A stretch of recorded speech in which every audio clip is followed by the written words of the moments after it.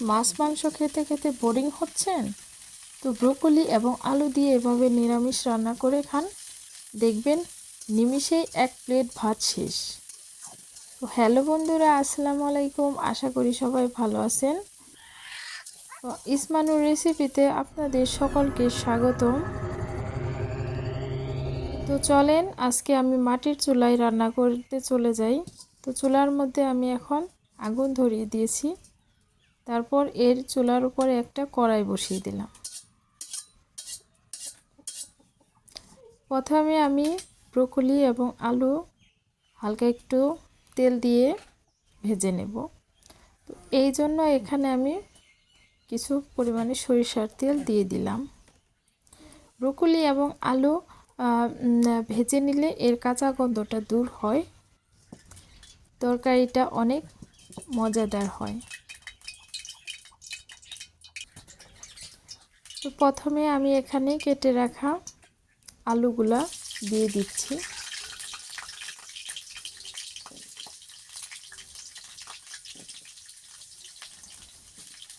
আলুগুলা একটু ভাজার পর তারপরে এর মধ্যে ব্রোকলিগুলো দিয়ে দেব। আপনি যদি আমার ভিডিওটি ফেসবুক পেজ থেকে দেখে থাকেন তাহলে পেজটি ফলো দিয়ে রাখবেন। আর যদি ইউটিউব থেকে দেখে থাকেন তাহলে প্লিজ চ্যানেলটি সাবস্ক্রাইব করে দেবেন, পাশে থাকা বেল বাটন বাজিয়ে দেবেন, যাতে আপনি আমার রান্নার নতুন নতুন ভিডিও দেখতে পারেন। তো এখন ব্রোকলি এবং আলু 2 মিনিটের মতো ভেজে নেব। ভেজে নেওয়ার পর এগুলো নামিয়ে তারপরে আমি রান্না করার জন্য এখানে আবার কিছু পরিমাণে সরিষার তেল দিব।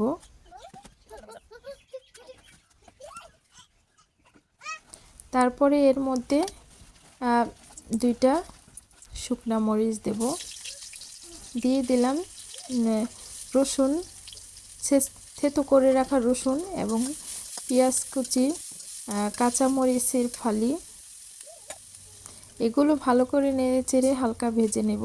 তারপরে দেব এখানে পাঁচফোড়ন। এই পাঁচফোড়নটাই হচ্ছে নিরামিষের মেন মশলা। এখন এটাকে বাগার যেভাবে আসে এরকম আসার পর এর মধ্যে একটু পানি দিয়ে দেব। তারপরে এর মধ্যে গুঁড়া মশলা কিছু অ্যাড করব। দিয়ে দিলাম 1/2 চামচ হলুদের গুঁড়া, 1/2 চামচ মরিচের গুঁড়া এবং 1/2 চামচ ধনিয়ার গুঁড়া এবং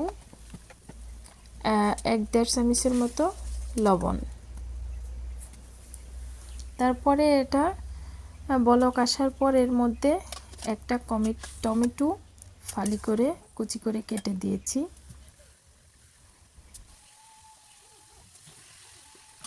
তারপর এটা আবার একটু রান্না করার পর এর মধ্যে ওই ভেজে রাখা ব্রোকলি এবং আলু দিয়ে ভালো করে নেড়ে চেড়ে রান্না করে নেব।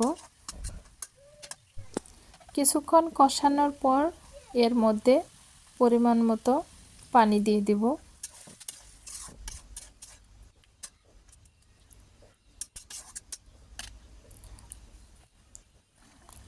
তারপর এটা বলক আসার পর এর মধ্যে আমি একটা স্বাদ মেশানো মশলা দিয়ে দিলাম।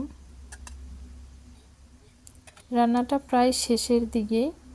এখন আমি কুচি করে রাখা ধনিয়া পাতার কুচি এর উপর দিয়ে দিলাম।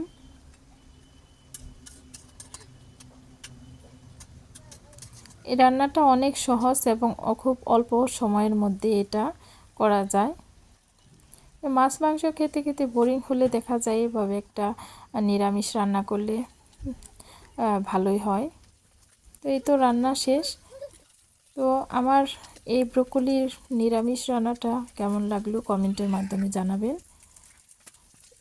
ভালো থাকবেন, সুস্থ থাকবেন, আমার পরিবারের জন্য দোয়া করবেন, আমি যাতে নতুন নতুন লং ভিডিও, শর্ট ভিডিও নিয়ে আপনাদের মাঝে হাজির হতে পারি। তো আল্লাহ হাফেজ।